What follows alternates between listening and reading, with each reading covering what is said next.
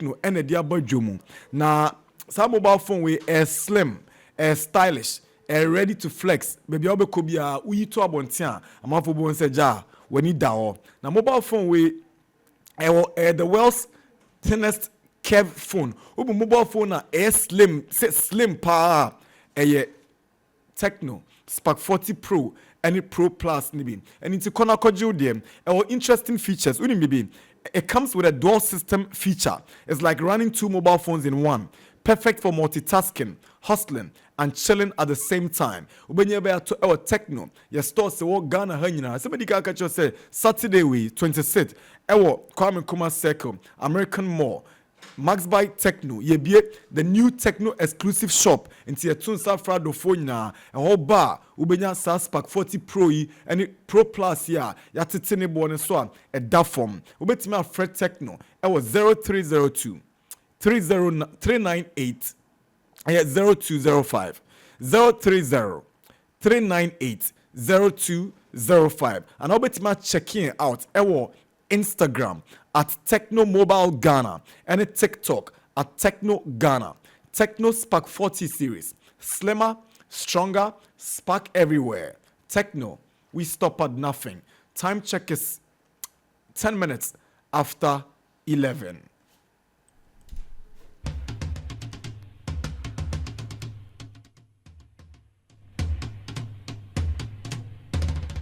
Asante Kotoko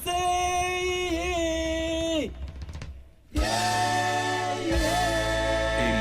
89.7 Max FM.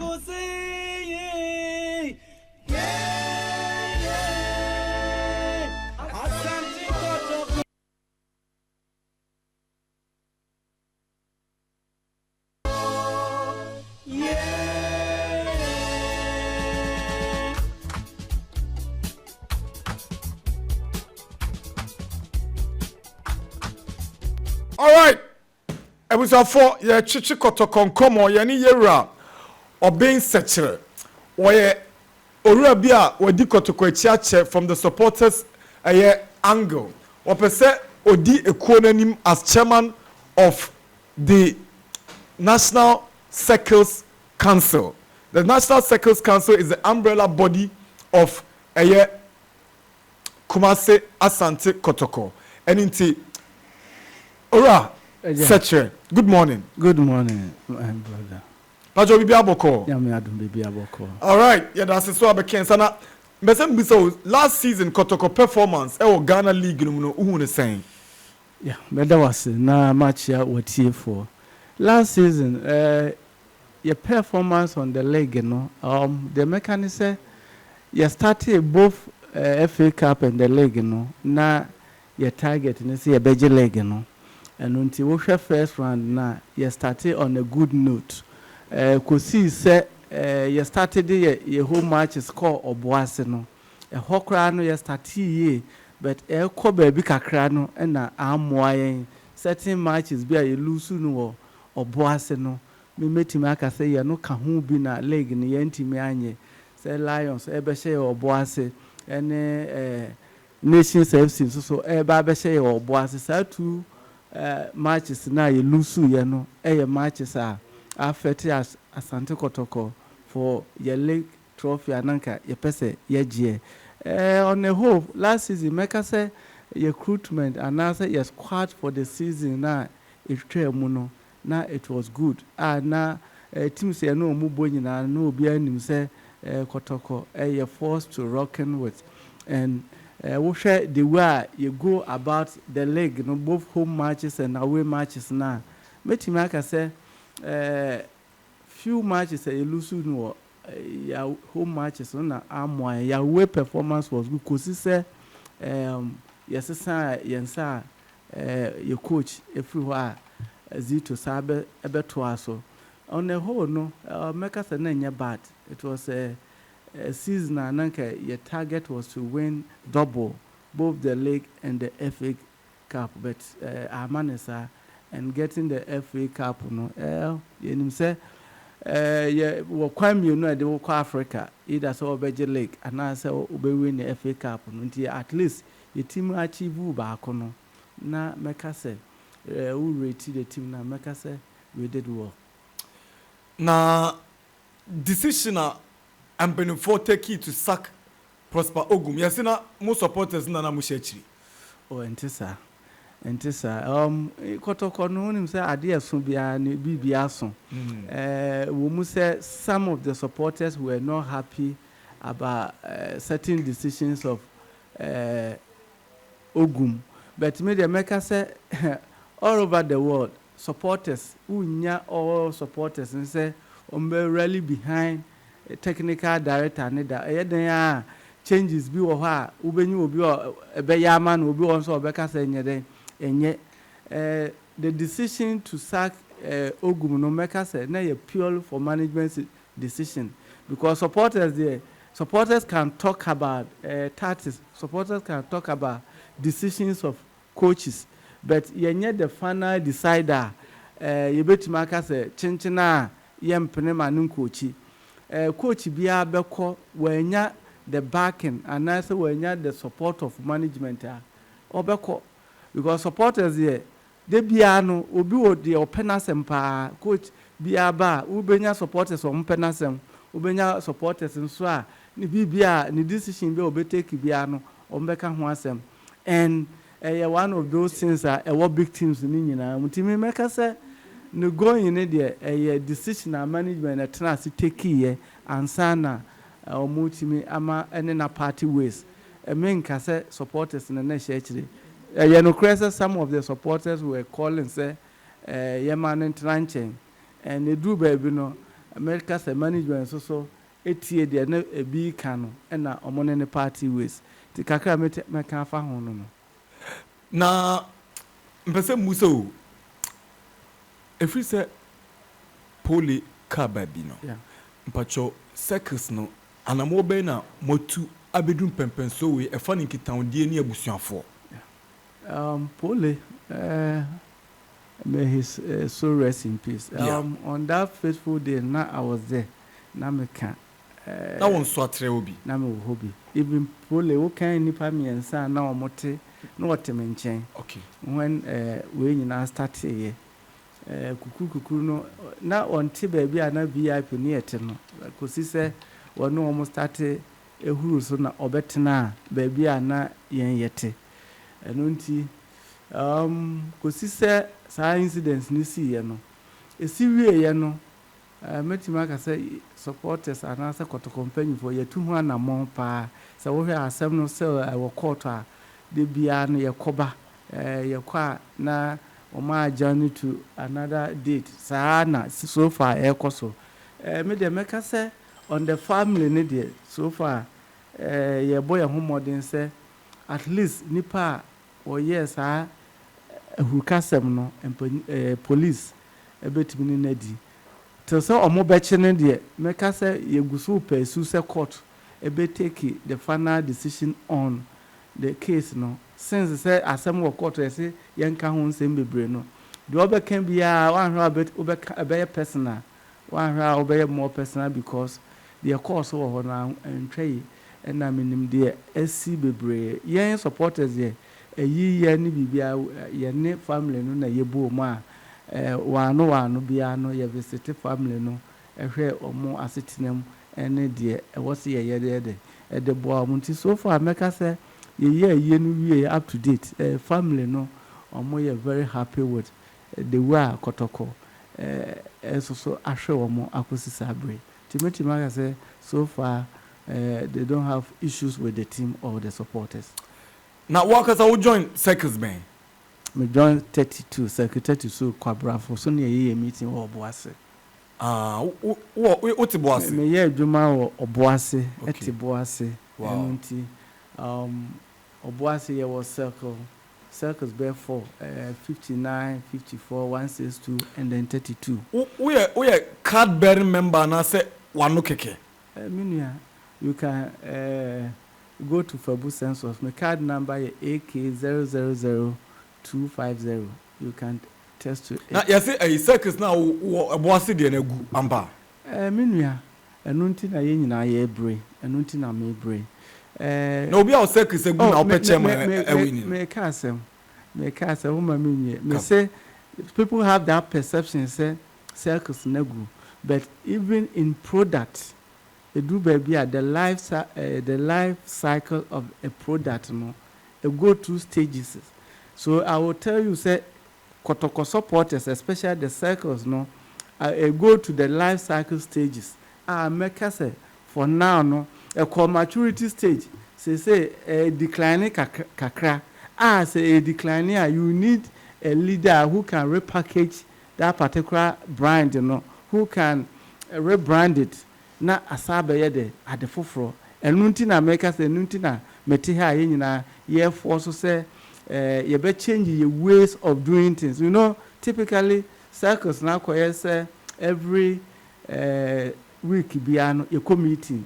You need you paying for kushia you junjune kuno ho ya junjune you welfare and then Kotoko as a whole. But as ye ku ye nimno say nipa attendance to meeting no fall down. Say they be our friend nipa meeting because of Dumadia yedi no.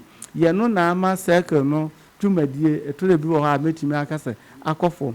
Again say ye pedom so a ye circles no so na wo frɛ wo ma wo ye dey wo hu wo because edru ba bia Kotoko de no aye say ye meeting ekuokuo no na yanke nyina mom na yemeye strong and support team no. So on my basis no ubon say circle for no omode dom any support be support to your team no team na circle no make say engu akofom and nunti na ye was ye pekwan be fa so a ye be revival na ya change your old way now.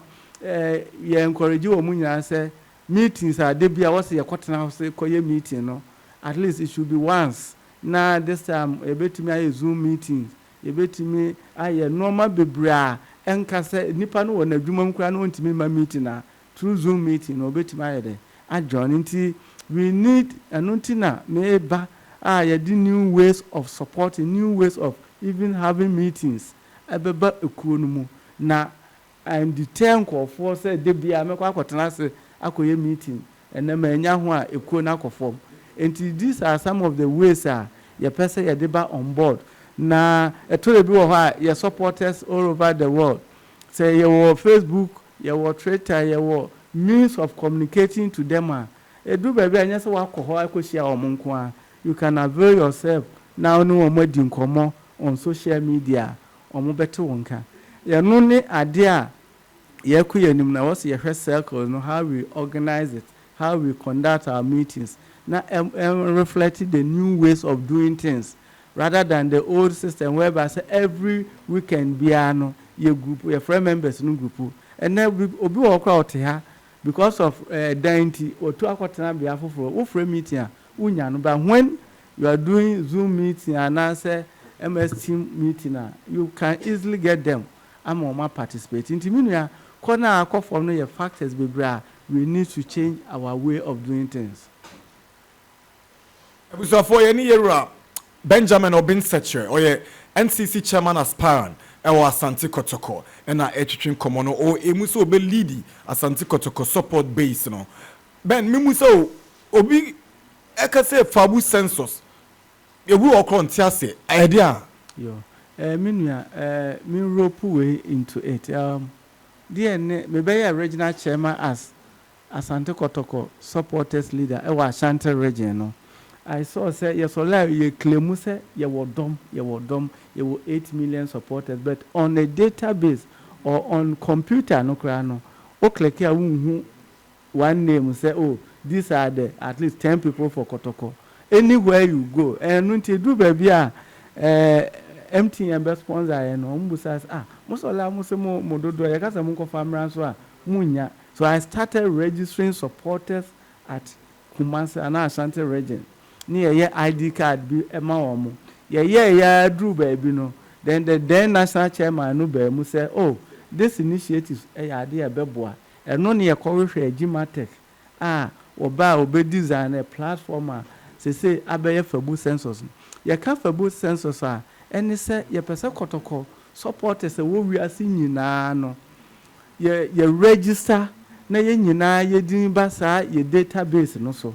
Enti se ya ka say ye wododo say ya then we can say they are registered Kotoko supporters a bosomi bia no omutu yetua sika e de support club no ye no na ye started 2022 a ye di hu dwuma abesi sese from 2022 up to date no wo share platform na ye woni pa 24,000 and also out of 24,000 so far emu by 11,000 na consistently yetimeti wo mo na kire say more than 12,000 ye nya wo mo nyede enti wo mo enu nti ye hwe kwan e befa so a sese ye relaunch no just last week Sunday ya etwemu na ye relaunch ye but aye nyina ne say ye person nipa bebre ba so Kotoko ebeye sustainable ewo ye sika sema fabu census ni na beboa and say ye started 2022 up to date ye timi accrue 20 billion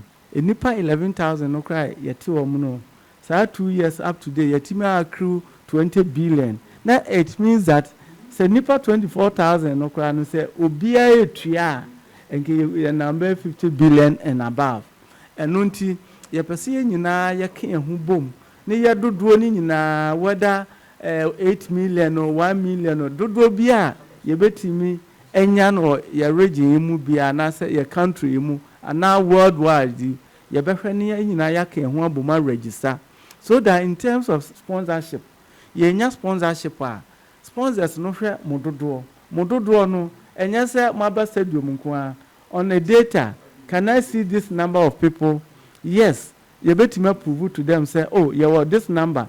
And just add data no cry, better send bulk messages to supporters no na product company no de bano. Right. Yatima de patronize. And you perceive who you nyina dodo. For boost census no, but I pan say perceive who supporters ni nyina ya dodo.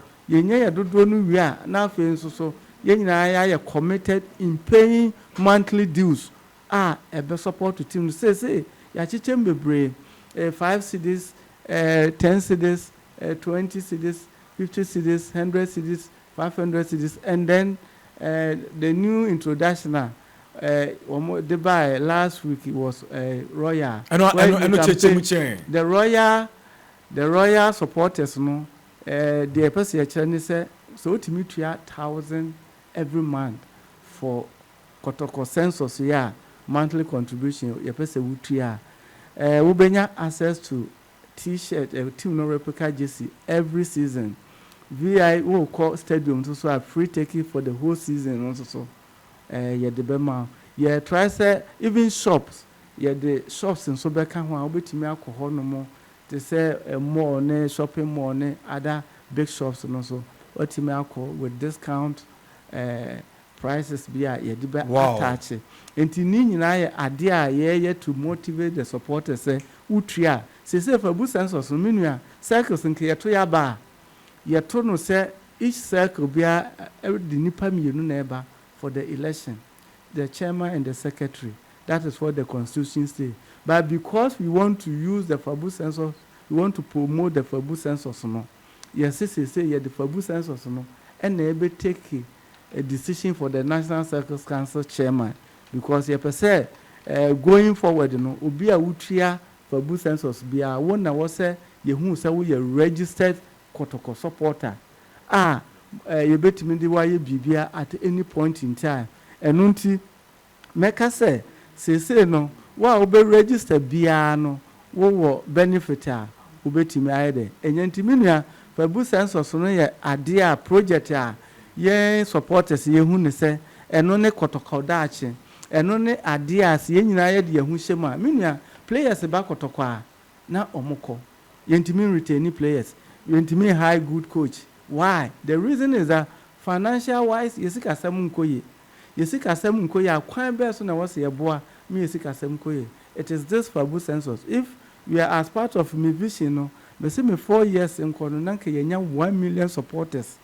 the nationwide and now worldwide consistently at least ebetimi ati wo bia say nipa 24,000 ye was now we second vice chairman no na wuntimi nyesa menua ye free baby ni abedu baby yes started na nipa 1,000 kra nyede eni so chairman the manya administration and ye pompis kakakra ewo for bu census no mu a a lot of registration yet menya sa 24,000 and out of 24 no say your willingness to pay no you no ni ade a ye be educate your supporters and say you can't just be a supporter say right. Oh cost stadium keke wo de ne say ade no wo ye no wo tua akra na say wo ntua say greater part of the supporters are not paying.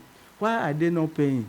Ni nyina to the bi kra na decision of even management say changes beba kra no supporter bi kra timi yi no ho firim. Why? Ni nyina ya education a ye ko yanim no e wo say ye educate ye ho say it is kotoko ne yesom not individual. Enti say me pe wo wasem na be lead kotoko na wo ko na say ye ya ade de abo kotoko a you shouldn't withdraw from that particular project a ebebo kotoko no. Enti menua the ye can say ya ye bi but a work in progress was say ye to aso ye de eye eno nti na chairman demanya din na djuma ba wie no mayi me ho say meba aba be to aso chairman demanya no onko biom. How would you describe his tenor? Chairman demanya you obi a metima ka say Asante Kotoko odo ye papa and wo hwe ni leadership na attention no was mostly on the team. Eno nti na say wo behwe a wo hwe nana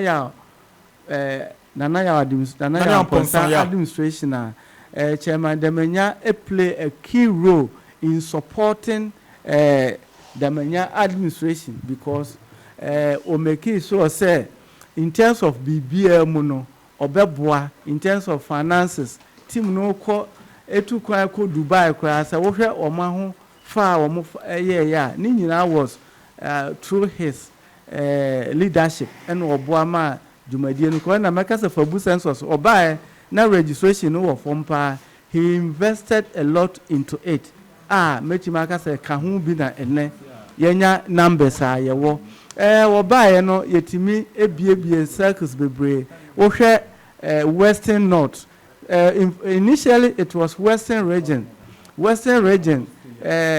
per political demarcation course no ye chemu no chairman demanya timi make sure say western north obetime bie supporters union no bebre ema so far me no ka say ye wo be 33 circles ewo western north na me ye vice me kra na me lead ya ye inaugurate all the supporters na omowo western north enti menua chairman demanya ye obi a Asante Kotoko oyi ade amatimu na onfere oyi ade amatimu na onsuro oyi ade aboa timu na woye no wholeheartedly and such leader no leader eno nti na mpanyimfo ahwe ni contribution no say we supporters leadership ye ma no kwan na onko management level last week ya announce say he's in charge of operations. He is the operation director currently.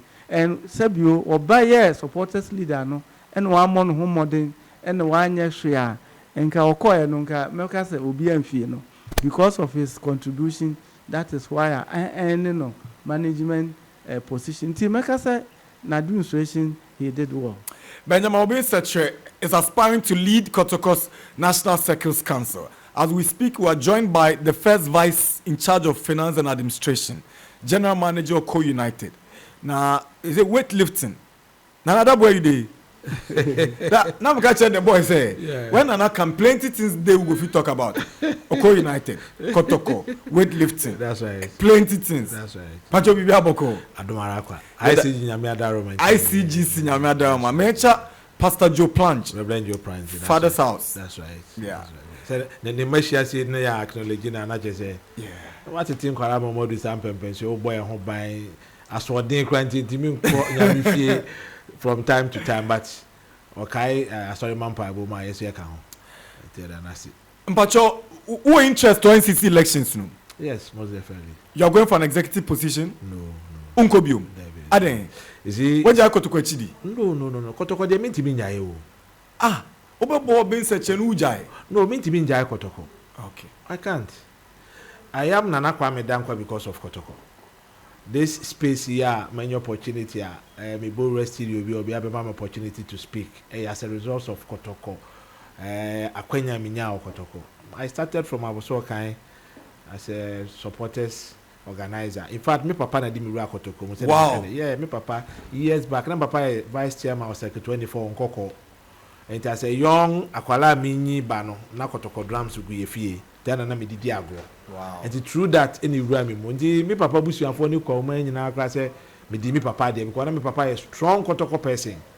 Enti eno na edidi mu a ede me eba be duru ba bi amadu nti me wura Kotoko mu a na me swa me wie school be di nkran aboso kan na me di pa me start to mobilize Kotoko supporters me be any part 2 and it is 96 year back. I think 1998 99 says appear time I have expense abet take you over Sunday and I'm with say eti aboso kan 96. That's right. Nti and they did mo I've gone through the ranks for supporters front, my airport ada, my deputy secretary, organizer, PRO, vice chairman, and then regional chairman, some first national vice chairman. Wow. Also had opportunity to serve in management on different occasions.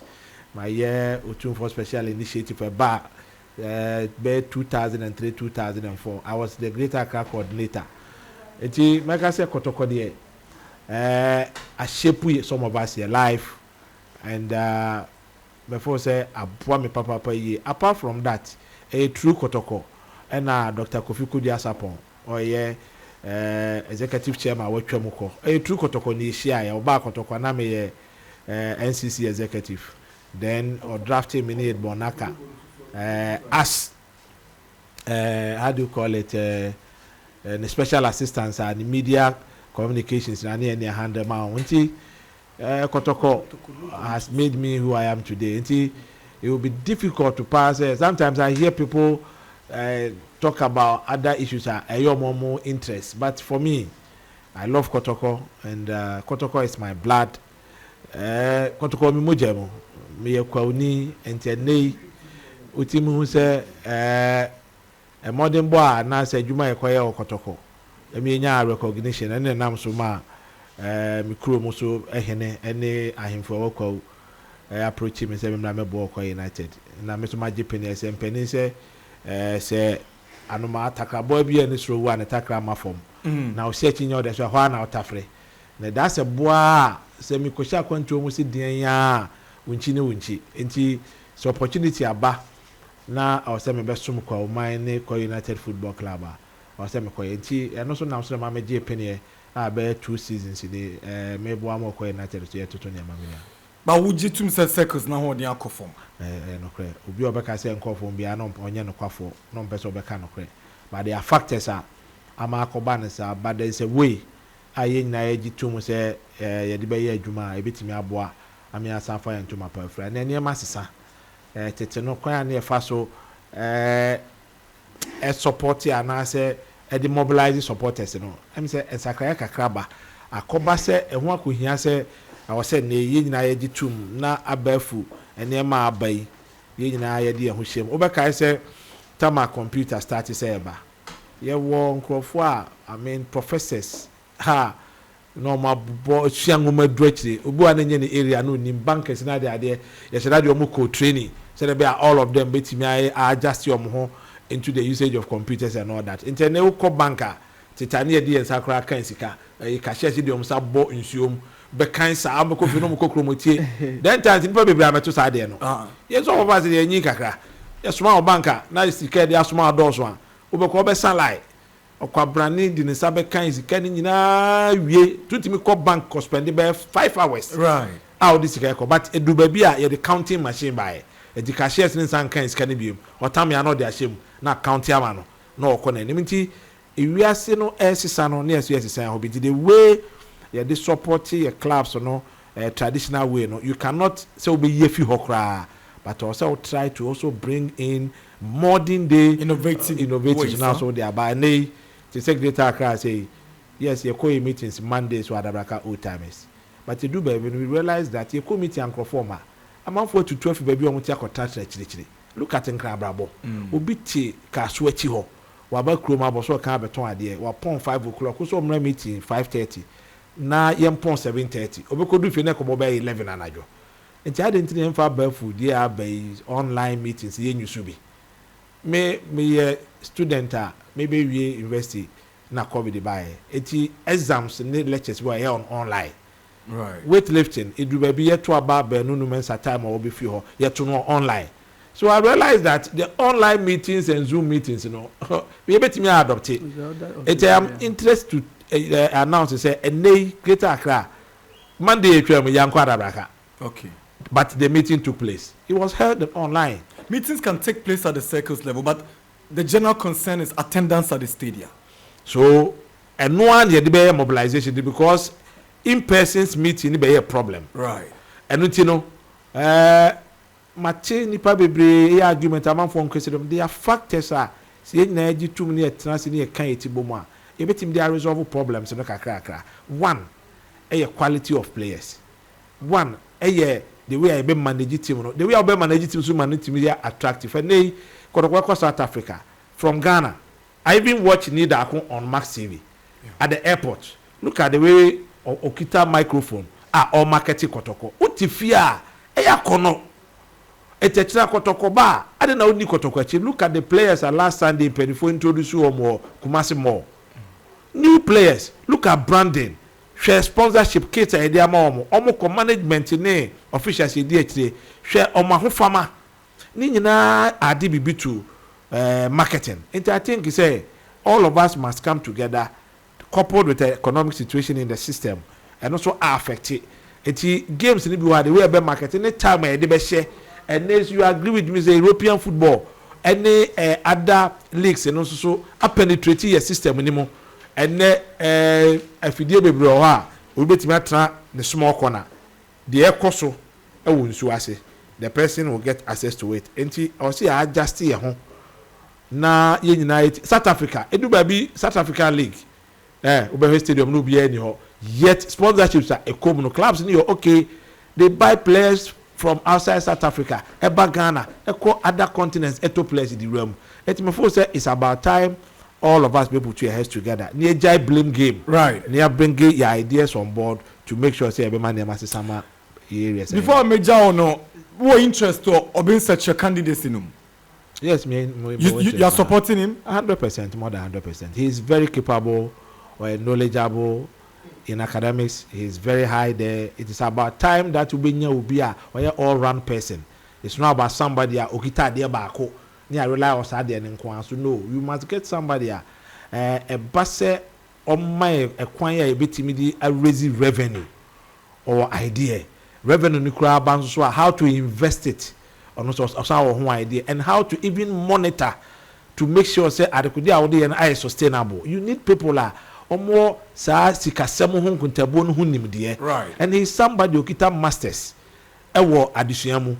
And if you have such people in your mix, you allow them to take that knowledge away. No, you have to tap into it so that you be man so what him do go through training. So I have confidence in him or he will be what Jumano or you know or you tried and tested, right? Or a grounds person, he understands mobilization of supporters, organization and all that. So I think that Obeng Sekyere is the best candidate. If you ask me, and he's the only person who link between the elite and those on the ground, right? Yeah, Obeng Sekyere. So if I'm a delegate, some year sec is Nam Kotoaba. What should I consider to vote for you? Yeah, like Nana Kaya. Bazem TV wow. Yes. The Nana catch actress you need a visionary, you need a manager, not just any other person. Right. Somebody who is tried and tested. Somebody account people will say the way you be pen on the didn't trend run. Right. And sometimes you need to understand the dynamics, okay, the philosophy. Even Asante Kotoko how do we see ourselves? A him funny a person yako. We need in the way and I'm a bay original chairman. The whole Ashanti region metobia, the whole nation, everywhere team be metobia. And I understand the philosophy and every thinking of Kotoko. Your team no crown where is our position in terms of market? Are we the market leader? Yeah, market leader crown. Are we still leading in the market? The question is yes or no. Mimi when say in terms of Ghana football, we are the market leaders. And when you are a market leader and you want to stay top, you want to be dominant, what are the things that you need to do? It is your supporters. And when your supporter leader doesn't understand the new way of thinking, the new way of marketing, the new way of branding, then you have a problem. Now, like Nana said, your way of even attending meetings, and then MS team, over to me a meeting, Zoom meeting, even our supporters are on more social media. A crime person now bet me no communicating. These are some of the things that was a leader you should have. And that part, as per my strategy, no, me person on monthly basis, no, your supporters on social media, no, you be making sure say the national chairman will have time with them on all our social media platforms. Now you brief on the happenings in the supporters base and then the team as well.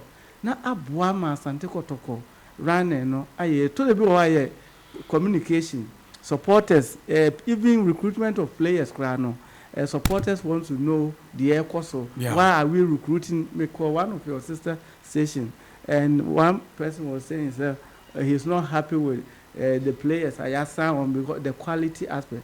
Then I told him say there you no pay say ya ho dey e wo no dey ebetimi na yensa so enunti na for bu census ye ka ho asem say ye no ne a sustainable venture ebetimi aboa raise revenue, right? Raise revenue amana aboa sponsors to say na kwa making mekai nana wo hwe administrators aba omonya sponsorship para na Asante Kotoko we Dr. KK Sapon ene nana ya wamponsa omotai supporters relaxes Sikaba team no more near stadium because of sponsorship but the question is no because sponsors na ebiba a product no more ba nyani yeska enti wote da na kire say umwama the brand no yem promote ni ye bobo opokunti administration no okase gate fee no ne the number 1 revenue a ohun ni say ebo Asante Kotoko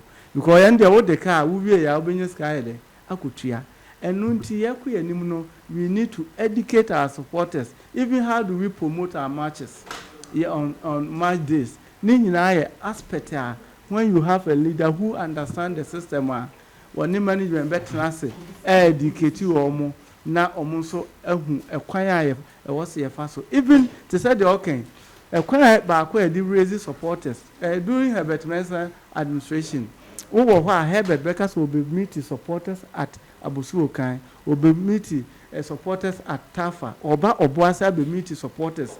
All these things are some of the things I did by Beshishim. We Yanvan and Apenkra, me mouse swam me do come Mampon, ye community supporters at Mampon. Now, would the number call all the regions, a to the our players, no, would number call a supporters group meeting. Ye Bobo, say about Greater Accra, you seek the consent of the Greater Accra Regional Chairman. Now rally Bukran was a 1 or more year on the day before the march. Oh yeah, and no more be brave or why you bet me a man actually a dear brain. And these are some of the things that and nuntin and person the supporters no a boame na me be because me be a region no me so no man kakanka krebia me opportunity you bet me take the strategic decision of the supporters national no you take the strategic decisions now regions now they are implemented and when you can dream you have the foresight to say when na you be amaya aboaye ne you betimi aye na Asante Kotoko no apage ntimi nua meka say among the candidates ne there to me you're the right man for the job na waye wo ho no waye Kotoko supporters no bone because ye pedo betimi aya is no other person than we are competent so ma onyo mo pri nyina minua pe kakra maye no minua solo me be a regional chairman me finance organizer how close now far yes and in all contest too me finance organizer during my first term in administration Mr. Osesibe now I am PR when I was a regional chairman to money mo boss of a prayer there this a win and I beto wabama one of them but ye probably Sebio experience wise about team management about bringing people on the table. I don't think so. Right. Ube ko baby than Obeng, and all the regions. Me ko baby ana me lazy with them. Obi are comfortable. The signals are positive. Positive, very very positive. And minimum say nyame beboa, and on the day it's not about making noise or blowing your own horn.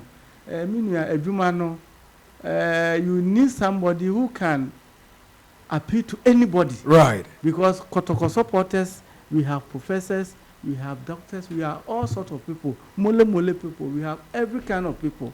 And you should be somebody who is down to the ground. And you will be a Sebi opportunity, Sebi no amuma wabeti so. And I think, say, will be a leading if you can attest to this party, say, looking at the candidates are Canadian, Mr. Andito. Right. Say on 24th of August. You better vote for Chairman Benjamin Obeng Sekyere. Social media platform anywhere biano you can support me na ya boama Asante Kotoko registration and pay rules na e dey beto abano Fabu census www.fabucensus.com new registration or register abemo tua with dues or card dues which is 30 cedis. Okay. We are not which figure you select no or say we tua 6 months. Let's say 5 months are we tua 6 months 30 cedis for 6 months. Now why you eligible to vote. To be our register for Fabu census no say we tua 6 months dues. And you become eligible to vote. So that you become eligible to vote. And as a woba use also a short code also a *920*99#. Yes, so follow prompt and also a ubetima ato abanibi. Now what follow I register upload pictures no be a picture now upload and the ID card. Okay. At the amount of make us say so far so good, and I know say minimum animal supporters say ombe hume say ombe boame na on the day no yetimi aba na ideas bia hwemina look at Porcupine Tertiary for always bia no omubeba stadium just seek support from individuals. Right. We need to get a sponsorship for them. Okay. On daily basis I call matches bia we can say okay your bus is in bibiano yafa sakan. It shouldn't be say, oh, yeah, bar, yeah, chairman A, chairman B, chairman C. Okay, and never one, but apart from Nano, the other day I support our mom. Okay. That it means they can go. All right. And now, so if Blaster supporters, they also have sponsorship. Because I almost buying no cry, sponsor by Kotoko, you took choir, intimate for your supporters in court. Nini I idea, you best solve our problem by looking for a sponsorship. Okay. Or Kotoko sponsors during Dr. Sapon's time. Now when your sponsor be at say Friday, last Sunday we Koba and country water company was say supporters in some portion a percentage should be for supporters. Now you took choir those Sikania Diabua supporters. Africa yeah boy, North Africans say anything beyond they come with their supporters. But when we are going, the team goes alone. Okay. And when we need to bring ourselves together. All right. Yeah, that's it. Let me show you. Yeah, quick interview with Star Times. Okay. Until you no in just about 5 minutes. We are sorry so. Nana Kwame Dankwa Nyankupu Nshao Bibri. Nana, just a quick one. What time you go fetch me? On Monday, Mr. Supporters are one crying as a regional council meeting. Ebe hiyo mu nyina omumra awa dabraka wo time 5:30 sharp near transit na chairman Obeng person ni ehia yesu yedidi e ho nkomo kaka nta kwanya wo ma Kotoko supporter bia to come. Na me show na na ya dase.